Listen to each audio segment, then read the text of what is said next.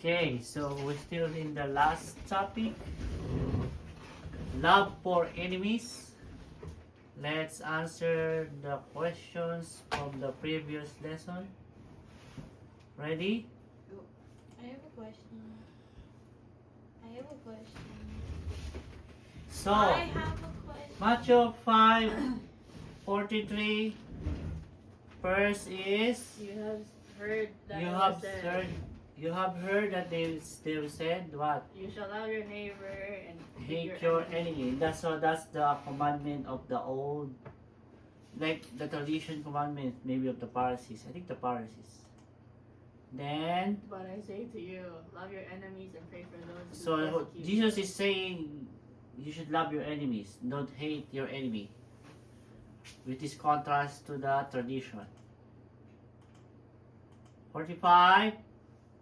So that you may be children of your How Father about in you? You see that you might heaven. May be be children of your Father, may be children of your Father in heaven, for He makes His sun rise on the evil and on the good, and sends rain on the righteous and unrighteous. It means everybody receives grace from God, even if you're bad or good. You don't say, I'm good and I'm better than those your enemy.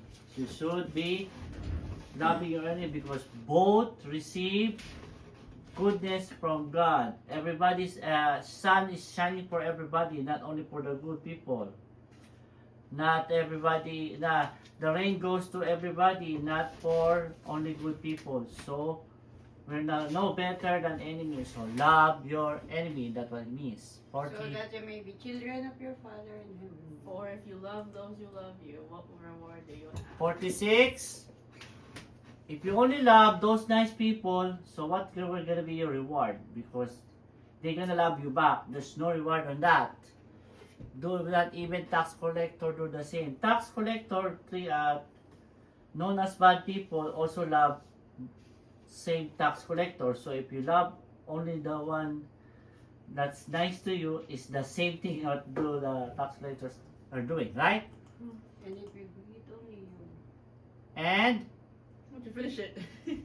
And if you greet only your brothers, what more are you doing than others? So it's the same thing. Even bad people greet bad people, so it's the same thing. The last, be perfect as your heavenly Father is perfect. So, heavenly Father, love the bad people, your enemy, so be perfect as the Father. Hey, question number 1. If black is greatest thing, loving your black is the greatest thing that love can do. If love is the greatest thing, loving your enemies is the greatest thing that love can Alright, do. very good.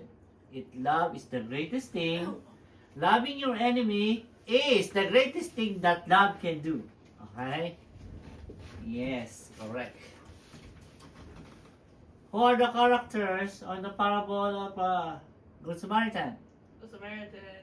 Samaritan or the traveler, The victim. the victim, is the traveler, The priest. the priest, The The Levite. the robbers, The Levite. Levi. The innkeeper. Okay, good. Priest, The donkey. Levite, keeper. Oh, yung donkey nga. Nakalagay sa internet. The donkey. Okay. Donkey carried the traveler. He sees the injured but passed by. The religious leader who sees the The injured. Pharisee. Priest. Priest. The host of the inn. Innkeeper. Innkeeper. The person who attacked and robbed. The The traveler. traveler. Traveler. The religious worker who also sees the man passes by. Levite. The Levite. Levitate. Levitate. The attackers who beat the traveler. Robbers. Robbers. The traveler's Samaritan. enemy who stopped to help him. Good Samaritan. The Samaritan. The Samaritan is the enemy of the Israelite or the Jew. Who are the Samaritans? Why are the Hebrews don't like the Samaritans? Aren't they like half, right? Huh? Half, Half half. half, half. Half what? Half Hebrew, half of the other place. They Okay. don't Half, like. half Of the Hebrew or non-believers.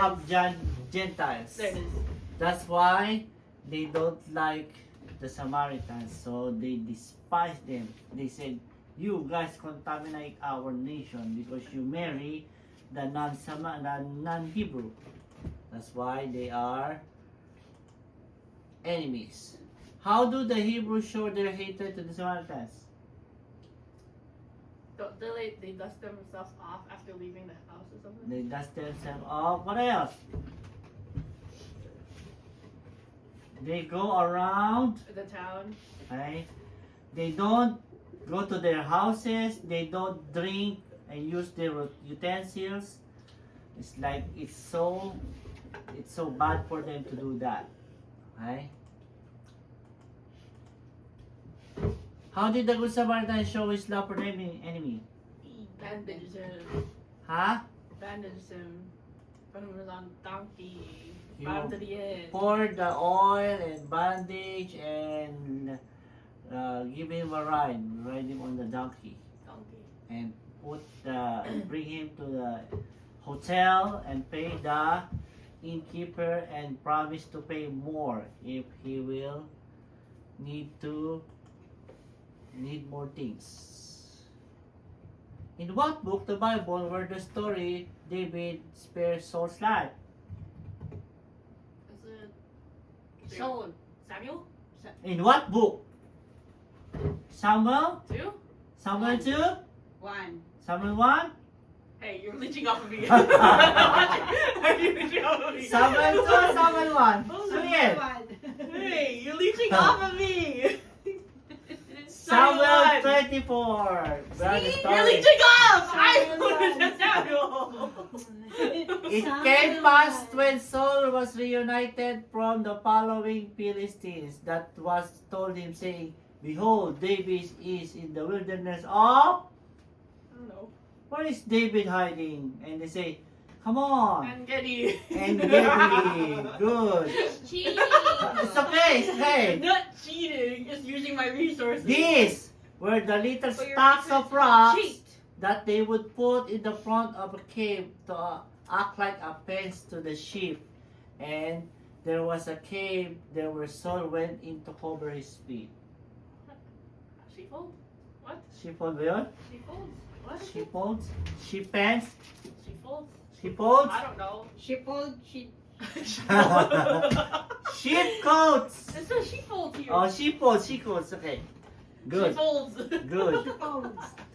And they were along the sides of the cave when Saul was in the middle, and the man of David said to him, behold, the day which the Lord said.